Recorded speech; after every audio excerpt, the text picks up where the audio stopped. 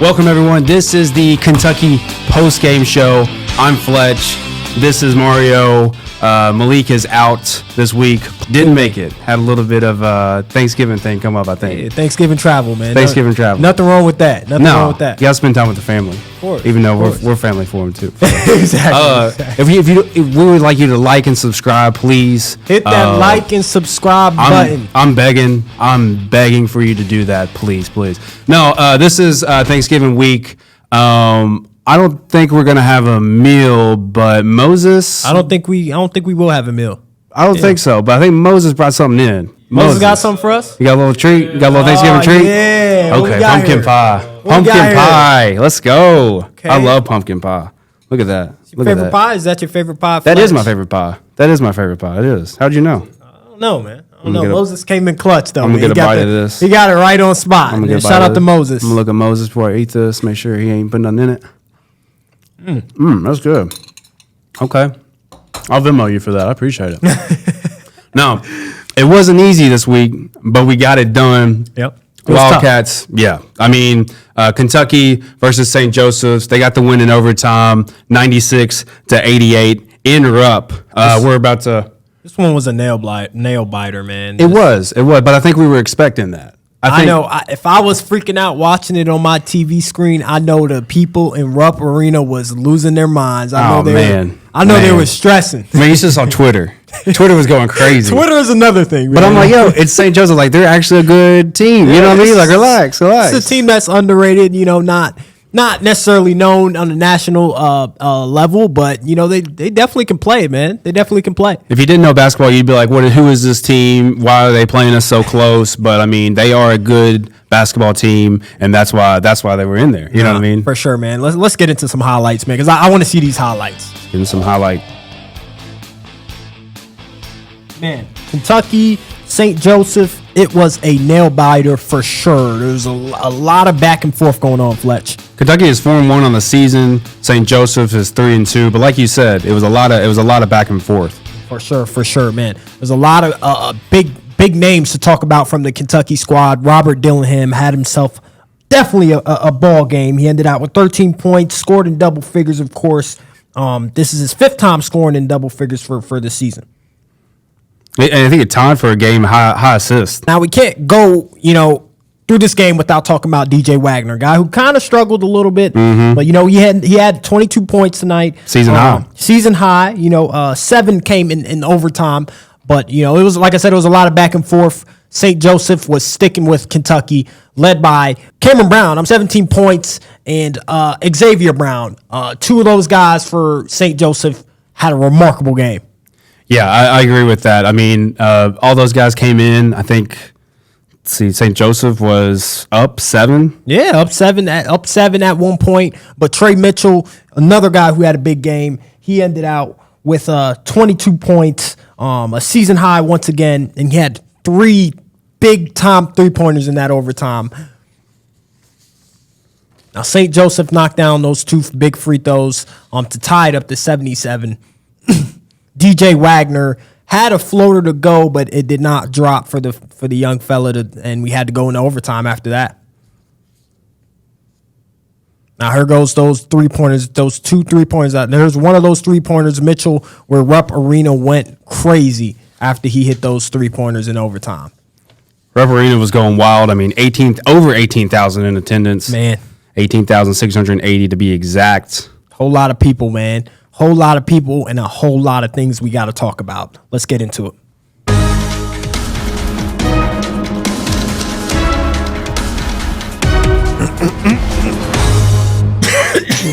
Let's do it, man.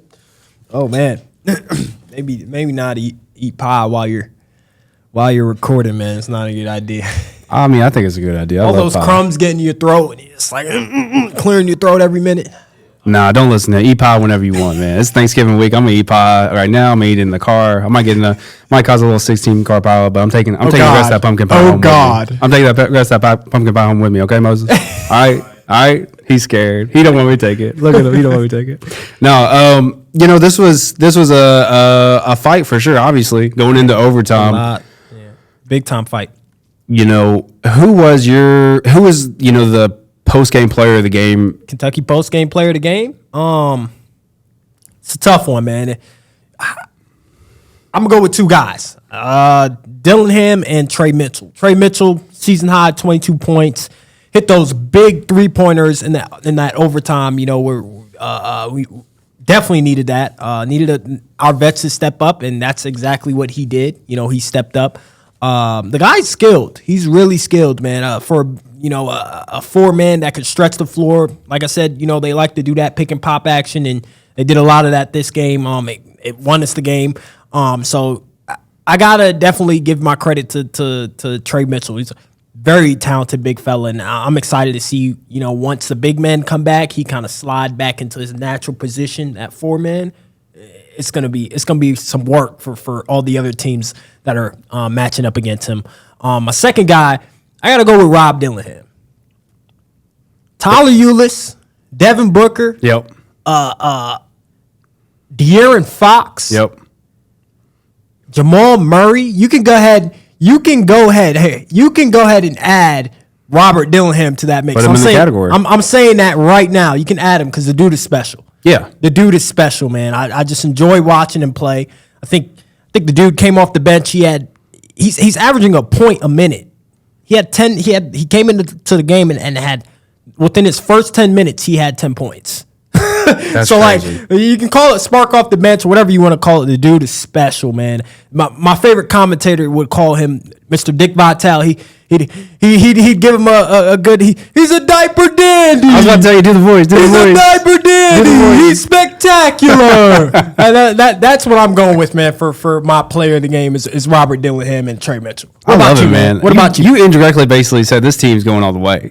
You basically said you put a bunch of guys with a bunch of categories where a lot of guys don't get in that category. I don't know about all the way, but hey, they're getting better. I'll tell you that. They're getting a lot better, especially your guy Trey Mitchell. I think he's getting better every game. Yeah. My player of the game is going to be Reed Shepherd. Yeah. And I'm going to tell you why. I'm going to tell you because he didn't score. Yeah. Okay? So why is he your player of the game? Because he didn't score. Listen, you got to listen to the whole thing. This ain't a TikTok. You can't just go 30 seconds. You got to watch the whole thing. He had 4 assists, 5 steals, most by a Wildcat this season, and led the team with a plus-minus of 16. Laid him the facts down for me, Fletch. I mean, because you're killing it. I mean, think about it. Like, you go back in the past and think of players who didn't play really good games at Kentucky, didn't score well. John Wall in his final game at UK in the Dome was like, the depth perception's off and stuff like that. But Reed Shepherd, man, if you think about it, didn't score and still had a tremendous game. Impact is insane. He's a team player. Yeah. I mean, he's a huge team player. I'm a fan, man. I got a chance to interview this guy on What's Next podcast. Rub it in. I'm definitely gonna stay humble. I'm gonna rub that one in, man. I got a chance to interview him before he got to UK, man. The dude's he's a humble dude, man. Mm-hmm. He's very humble, and you can see him. He's on a bigger stage now. This is not North Louisville High School. This is Rupp Arena. You're playing on a bigger stage for the Kentucky Wildcats, and he goes scoreless, but his impact, if you don't watch him play the game, you would not understand. You would not know. Exactly. He is a team player, and he just didn't score, and he still just managed the game perfectly. Killing it, man. Perfectly. Killing it. Don't forget, Mario's better than me because he got Reed Shepherd on a little podcast. So better than everybody else right now. Don't say that. Oh, now you want to stay humble.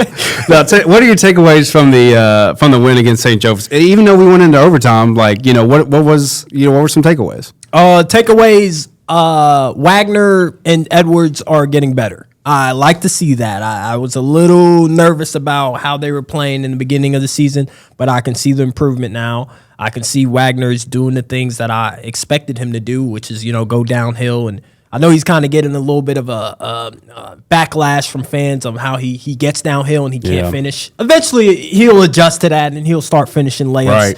But I like to just see him being aggressive. Once he's aggressive, good things happen for the team. So I'm excited to see, what they're going to do in the future. Wagner is getting better. Edwards is starting to look a lot more comfortable. He's knocking down jump shots. He's putting the ball on the floor a lot more and getting into his pull up. So I'm in a good mood, man. I like what I'm seeing from the Wildcats. I know it was a little back and forth with such a lower level school, but another takeaway that I have: St. Joseph is a good team. This is not. They're not no scrubs. They're a good team. So don't be too hard on Kentucky. give it credit to St. Joseph as well. No, I agree with that. I totally agree with that. One of the big takeaways for me, and this might be underrated, is just Coach Cal's lineups. Okay.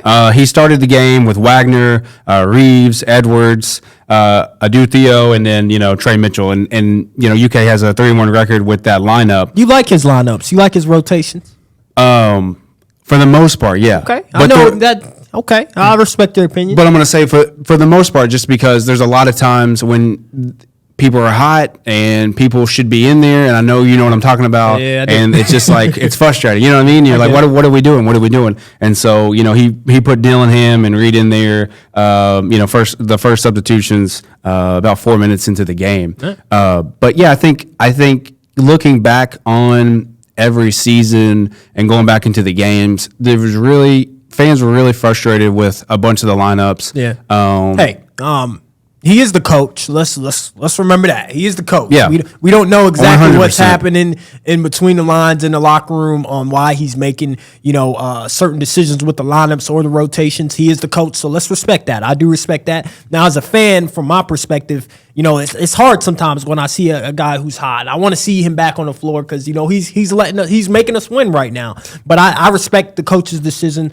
But like I said, I know a lot of fans have been on him about the lineups, but like I say, he is the coach, so he's got to know, what's best for the team, for sure. What do you think the starting lineup should be?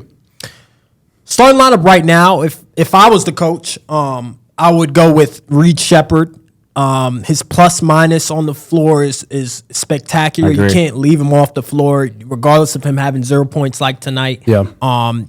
Game before that versus Stonehill, he has 25 points. Right. So you got to keep a guy like him on the floor. I would start him. I would start Robert Dillingham. I think he's a very talented young guard. Like, how I feel about him and how special he is to me. Mm-hmm. And then I got to go with Antonio Reeves at the 3. I like him in the starting lineup. Very mature dude. Very mature, experienced, able to stretch the floor. You got to have somebody that guards can. When guards like Dillingham and Wagner can penetrate, Reeves is on the wing. So you got to keep the defense kind of honest. So that's what I'm going with at my 3-man. And then Trey Mitchell at the 4. If we have the bigs, we can sub one of those guys in, of course, Aaron Bradshaw. But in our case today, the bigs aren't there, so I would plug in Thiero at the 4 and Mitchell at the 5. That's my lineup. I actually 100% agree with that. Okay. I do think Dillingham needs to play a little bit more. Trey Mitchell, man, like you said at the beginning, I mean, he's just getting better and better. He's not even, that's a secondary position. He's killing it. He's killing it. And you're right. Like Coach Cal knows what he's doing. Obviously, he's the man. Yep. It is frustrating just being a fan, just from a fan's perspective, like, hey, why are we doing this? And like, that is true though. Is he's the coach? We got to trust him. We got to. Yeah, he's been doing it for a very long time. He's been doing it for a while, and he knows what he's doing. But yeah, I do agree with you on that lineup. It's just sometimes frustrating to be like, yo, why we got so and so out of here when he's heating up and we're kind of like slacking right now. Nah, I agree. He knows what he's doing. I agree, man. What will be the dominating factor in the next game? We play Marshall, the Thundering Herd, but what do you think is going to be the big impact? What's going to be the dominating factor? Dominating factor is when is Kentucky going to get their big men back? That's the main question. Is Aaron Bradshaw, is he coming back next game? I've heard some rumors that he may make a return on that Friday night. I don't know, maybe. But when are they coming back? That's the factor. That's a great question. We got out-rebounded by St. Joseph badly. Badly. It was bad. That's the dominating factor is if we get those big guys back, if we're able to, keep playing the same style of basketball that we've been playing these games, up-tempo, drive and kick. This team can shoot. That's another thing. This team can really shoot. Not all these Kentucky teams that we've had over the years, this team can really shoot. I don't know if a lot of people haven't been noticing that, but they can really shoot. So as long as they keep doing that and get a little bit better on the defensive side, and I think that will be with having that big man back, if we can get Aaron Bradshaw back. Big Z, I don't know what's going on there. I don't know why that's taking so long, but Hopefully, it's not looking good, Fletch. I'm gonna be honest with you. Hopefully, it's not looking good for Big Z. Just man. gonna put it on the carpet like, yeah, they're coming back. They're coming back. Before you know it, it'll be March. I know, right? We'll be in our second round game, and he still haven't suited up. So I don't know, man. Like I don't know, man. It's not looking good. How many times are we gonna say if we don't have we have the big man's out? That's a great question, though. Or do we have any updates on when they're? I don't know. I know Big Z is still waiting on approval, and then like I said, Aaron Bradshaw, he's anticipated. They're hoping to get him next game. So like I said, if they have him back in the lineup, eyes are stuck to the screen. A lot of people want to see what we look like. Yeah, I agree with that. And like you said, man, it's going to be a different style of play when they come back. I mean, we are very fast right now. Yeah, I wonder if we're going to keep the same. I mean, I think we will, Fletch, because I think these big men, they're not, like I said, they're not traditional back to the basket bigs. Aaron Bradshaw can shoot that thing according to his highlights on YouTube. He can shoot that thing, put the ball on the floor as well. So I think we're going to be just fine. Yeah, I agree with you. And, from the next, against Marshall, there are some things I want to see switched up. One of the things, like you said, I mean, the big man, like, it would be nice to see those guys come back and see what kind of style we play with them, because we don't really want to bring that into a big game, in my opinion, and see how that works because that's try them out now. Try it out now, man. Try it out now. Yeah, for sure. I think UK, the thing that people should understand is that this team is deep, too. Like, we complain about the lineups. That a lot of it has to do with how deep this team is. Like, it has a lot of depth. I'm gonna be honest with you. There's a lot of guys that can play on this team, and it's tough. It's tough on the lineup situation. You can really start all 7 guys. And be like it's tough. Like, it's a very deep team, man. I agree with that. I think one thing I want to see from the Marshall game is how we start. I feel like we can definitely start faster, quicker, and be consistent with it throughout the game. Yep. I really don't think there's any moments where we were like warming up or we're a second half team. I hate that. You know what I mean? When people are like, "Oh, they're a second half team. They're a second half team." No, we're not. I mean, you get to choose what type of team you are. And I really think that this team has a chance to really be three-dimensional and really come out the gate doing different things, man. You could do so much with this team. This team's talented. This team's stacked. Yeah, I'm excited, man. You guys, man, I'm excited for Marshall, man. When is the Marshall game? Yeah, so we play Marshall, Thunder and Curve. We play them on Friday in Rupp Arena at 7 p.m., and that will be on SEC Network. Very excited about that game. We'll be stuffed. I'll be stuffed. You'll be stuffed? I'm going to eat a lot Thursday. Oh, yeah? I'm going to eat a lot Thursday. I'm probably going to bring some of my leftovers to the post-game show. I don't know about y'all, but I'll probably bring it into the post-game show. But, yeah, we'll do that, man. I'm excited, man, to see them against Marshall. It's going to be fun to watch. Yeah, we appreciate y'all checking in. Please like and subscribe. Make sure you do that. Like and subscribe. And hopefully, in the next couple episodes, we'll get to talk about the big men. Yep. Hopefully we get to see that.